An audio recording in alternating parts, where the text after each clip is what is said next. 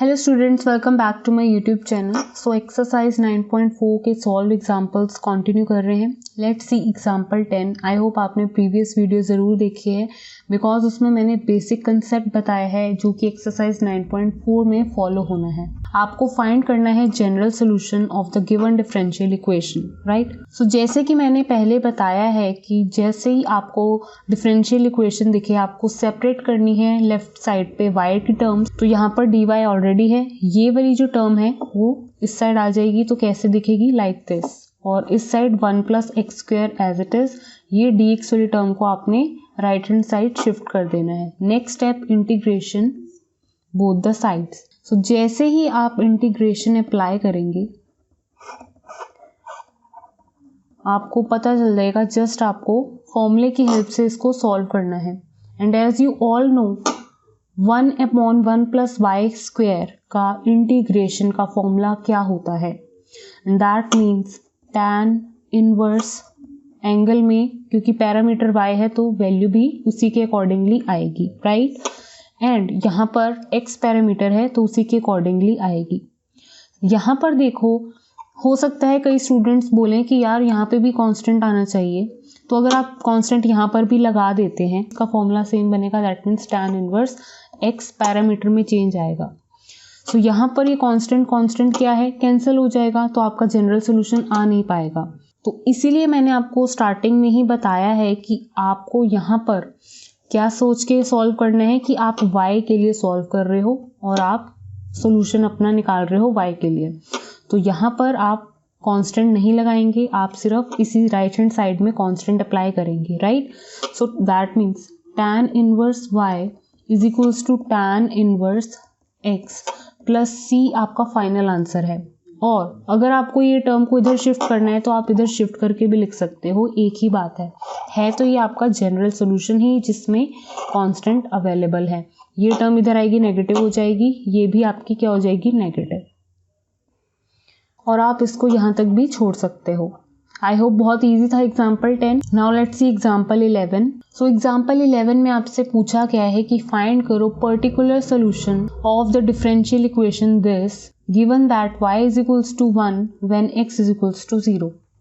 So first of all आपने अभी तक जितने भी एग्जाम्पल्स देखे हैं एक्सरसाइज 9.4 के, उसमें आपने क्या सॉल्व किया है, जनरल सोल्यूशन फाइंड किया है। जनरल सोल्यूशन का मतलब क्या है कि एक ऐसी इक्वेशन जिसमें आपके पास कांस्टेंट अवेलेबल होगा। फॉर एग्जांपल इस तरह से मान लो, है ना। अब आपसे वो बोल रहा है कि आपको जनरल सोल्यूशन नहीं निकालना है, आपको पर्टिकुलर सोल्यूशन निकालना है। पर्टिकुलर सोल्यूशन जस्ट इसका नेक्स्ट स्टेप होता है एंड दैट्स इट। इसके नेक्स्ट स्टेप पे अगर आप पहुंचेंगे तो आपको पर्टिकुलर सोल्यूशन ही मिलता है। पर्टिकुलर सोल्यूशन का मतलब होता है कांस्टेंट्स की जगह उसकी जगह कोई वैल्यूज डालना। सो यहाँ पे c की जगह 2 डाल सकती हूँ, 3 डाल सकती हूँ, 4 डाल सकती हूँ, जिससे कि ये जो c वाला आर्बिट्रेरी टर्म है उसकी जगह वैल्यूज आ जाती हैं डिफरेंटली। जैसे कि आपने एक्सरसाइज 9.3 में देखा फैमिली ऑफ कर्व्स। क्यों? क्योंकि उस जनरल सोल्यूशन में अगर आप कोई भी values difference circle radius change करते जाएंगे तो आपके पास डिफरेंट सर्कल्स आते रहेंगे, राइट। इसी तरह से पर्टिकुलर सोल्यूशन में बस यही होता है, जो आपके पास आर्बिट्रेरी कांस्टेंट टर्म अवेलेबल होती है इसमें आपको वैल्यू डालनी होती है। वो आपको वैल्यू कैसे मिलेगी, वो आपको यहाँ पे गिवन है। कैसे मिलेगी, y के अंदर 1 डालोगे, कब, जब x 0 होगा। तो मैं अगर इसमें y के अंदर 1 डाल दूं और x में 0 डाल दूं तो मेरी इक्वेशन कैसी हो जाएगी, इस तरह से। तो ये मेरे को एक कांस्टेंट की वैल्यू दे देगी, आर्बिट्रेरी कांस्टेंट की। क्या आ गई वैल्यू, c इक्वल्स टू -1। अब उसी जनरल सोल्यूशन में अगर आप c की जगह -1 लिखेंगे तो ये बोला जाता है पर्टिकुलर सोल्यूशन। अल्टीमेटली कहने का मतलब ये है कि कांस्टेंट टर्म्स के अंदर कोई वैल्यू देखना उसे ही बोलते हैं पर्टिकुलर सोल्यूशन। तो दैट मीन्स पर्टिकुलर सोल्यूशन निकालना है तो आपके पास जनरल सोल्यूशन होगी तभी आप पर्टिकुलर सोल्यूशन निकाल पाएंगे, राइट। सो पर्टिकुलर सोल्यूशन से ये कंफ्यूज मत हो जाना, सिर्फ आपको पर्टिकुलर सोल्यूशन ही फाइंड करना है, that is not the thing. आपको first of all general solution जैसे आप निकालते आ रहे हैं बिल्कुल वैसे प्रोसेस करेंगे। जनरल सोल्यूशन अगर आपका आ चुका है उसके बाद ही अगर आपके पास कंडीशंस अवेलेबल हैं तब आप पर्टिकुलर सोल्यूशन इस तरह से निकालेंगे।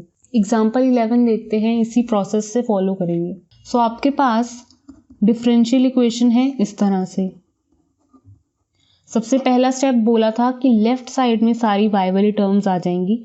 सो y स्क्वायर है इधर, तो आप इसको उधर शिफ्ट कर दे लेफ्ट हैंड साइड में, और जो x वाली टर्म्स हैं उनको आप कहाँ शिफ्ट कर दे, राइट हैंड साइड में। Now integrating both the sides. So जब मैं यहाँ पे इंटीग्रेशन अप्लाई कर रही हूँ, -4 कांस्टेंट है, कोई बात नहीं।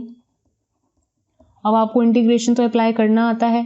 इस साइड y पैरामीटर के साथ इंटीग्रेशन अप्लाई कर दो, इस साइड x पैरामीटर के साथ इंटीग्रेशन सॉल्व कर दो, दैट्स इट। बिकॉज अल्टीमेटली आपको एंड में जो सोल्यूशन मिलेगा आफ्टर सॉल्विंग दिस, वो एक जनरल सोल्यूशन होगा, राइट। सो यहाँ पर इसका इंटीग्रेशन करना बहुत ईजी है। ऊपर अगर मैं न्यूमरेटर में लिखना चाहूँगी तो y की पावर -2 हो जाएगी, और इसका इंटीग्रेशन बहुत ईजी है, पावर में बस 1 ऐड हो जाएगी, वही पावर डिनोमिनेटर में आ जाएगी। ऐसे ही x का इंटीग्रेशन x² + c। सो अब इसका इंटीग्रेशन भी कर देती हूँ, दैट मीन्स y की पावर -2 + 1, वही पावर नीचे। इधर ये 2 से 2 कैंसिल हो गया, आई मीन 4 से कैंसिल हो गया, तो वैल्यू क्या आई, -2x² + c। यहाँ पर क्या है, y की पावर -1, यहाँ पर भी -1। सो that means -y -1 = -2x² + c।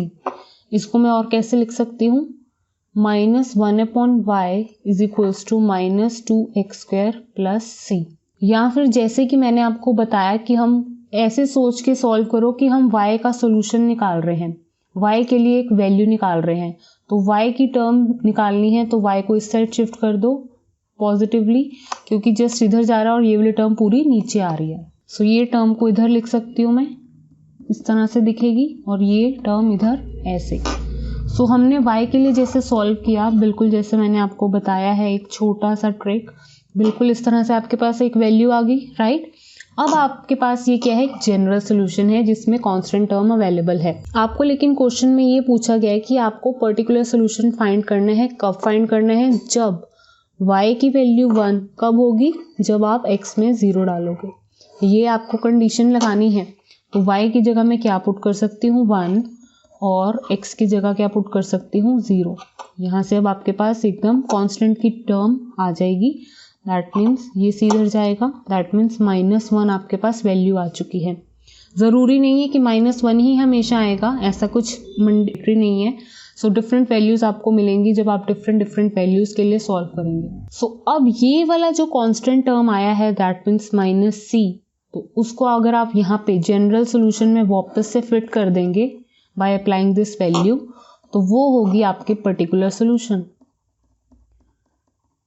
That means -1/2x² - 1। ये जो टर्म है आपके पास, ये है पर्टिकुलर सोल्यूशन, और ये क्या है, जनरल सोल्यूशन, और ये क्या है, पर्टिकुलर सोल्यूशन। सो आपने पर्टिकुलर सोल्यूशन इजीली फाइंड कर दिया है, right. Now let's see example 12। Find the equation of the curve passing through the point this whose differential equation is this. Direct statement भी आती है लाइक दिस, तब इसका मतलब क्या है कि आपके पास डिफरेंशियल इक्वेशन क्या है, अवेलेबल है। आपको एक ऐसी इक्वेशन निकालनी है जिसकी कर्व पास कर रही है इस पॉइंट से। अब पॉइंट बना किससे होता है ये बताओ। पॉइंट होता है x, y से बना हुआ, यस। एक उसमें x के लिए होता है, एक y के लिए पोजीशन होती है। दोनों में अभी क्या है, 1 और 1, मतलब x की वैल्यू 1, y की वैल्यू भी 1। तो मतलब आपको डिफरेंशियल इक्वेशन दी हुई है, आपको उसकी इक्वेशन निकालनी है। तो यहाँ पर डिफरेंशियल इक्वेशन से इक्वेशन आप कैसे निकालेंगे, इंटीग्रेशन अप्लाई करके, राइट। इन अदर वर्ड्स वो कह रहा है कि आपको पर्टिकुलर सोल्यूशन फाइंड करना है, जस्ट लाइक एग्जाम्पल 11। जैसे कि अभी आपने एग्जाम्पल 11 में देखा कि आपने जनरल सोल्यूशन से पर्टिकुलर सोल्यूशन निकाल लिया जब आपके पास कंडीशन गिवन थी। ऐसे ही यहाँ पर कंडीशन गिवन है, एक पॉइंट से आपको अपनी इक्वेशन को पास करवाना है, और वो पॉइंट है 1, 1। और जब आप इस पॉइंट से पास करवा देंगे तो आपको एक पर्टिकुलर सोल्यूशन मिलेगा, वो आपसे इक्वेशन मांगी है। तो फर्स्ट ऑफ ऑल आपका वही प्रोसेस रहेगा। आपके पास डिफरेंशियल इक्वेशन है, लेफ्ट साइड सारी y टर्म्स लिख लो, राइट हैंड साइड में सारी x वाली टर्म्स लिख लो। अब देखा यहाँ पर आपके पास क्या है, सिर्फ y की टर्म में सिर्फ dy ही है। x की टर्म सारी एक साथ लिख लो, ये वाला x नीचे आ जाएगा, तो वैल्यू कैसे हो जाएगी, इधर 2x² + 1 के नीचे भी x। अब आप कर दो इंटीग्रेट बोथ द साइड। तो जब आप इंटीग्रेशन अप्लाई कर देंगे बोथ द साइड्स तो आपके पास वैल्यू क्या आएगी, एक x से एक x कैंसिल, सो यहाँ पर क्या है 2x और यहाँ पर क्या है, आप अलग अलग इस तरह से भी स्प्लिट करके इंटीग्रेशन को लिख सकते हैं। You all no this right. अब आपको सिंपली इंटीग्रेशन सॉल्व करना है, नथिंग एल्स। इधर क्या है dy है, मतलब dy के साथ कुछ नहीं है तो मतलब 1 है, यहाँ पे पैरामीटर y आएगा, ठीक है। तो 1 का इंटीग्रेशन इज ओनली y।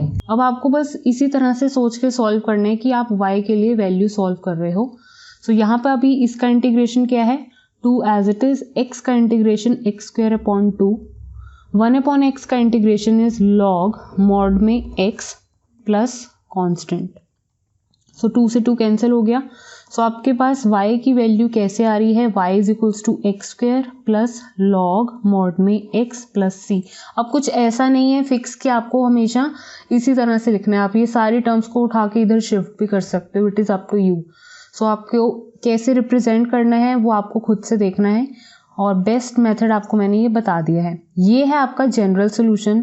ये वाले जनरल सोल्यूशन को आप पर्टिकुलर सोल्यूशन में तभी कन्वर्ट कर सकते हैं जब आप अपनी इस पॉइंट से उसको पास करवाएंगे। x में 1, y में 1 आपको डालना पड़ेगा, तब आपके पास जो इक्वेशन आएगी वो होगी पर्टिकुलर सोल्यूशन। सो यहाँ पर मैंने 1 डाल दिया, यहाँ पर x में भी मैं जैसे ही 1 डालूंगी तो आपके पास वैल्यू क्या आएगी, ये तो 1 as it is, log 1 is 0। So 1 इधर जाएगा तो 1 - 1, तो c की वैल्यू आपके पास क्या आई है आर्बिट्रेरी टर्म की 0। तो आपको जनरल सोल्यूशन में c की टर्म किसके इक्वल लिखनी है, 0 के इक्वल। तो यही आपसे इक्वेशन मांगी है, फाइनल आंसर आपका यही है। So this is the final answer you are getting for example number 12। Next video में कंटिन्यू करते हैं सॉल्व एग्जाम्पल्स के साथ ही। Thank you students for watching this video. Please like, share and subscribe to my channel.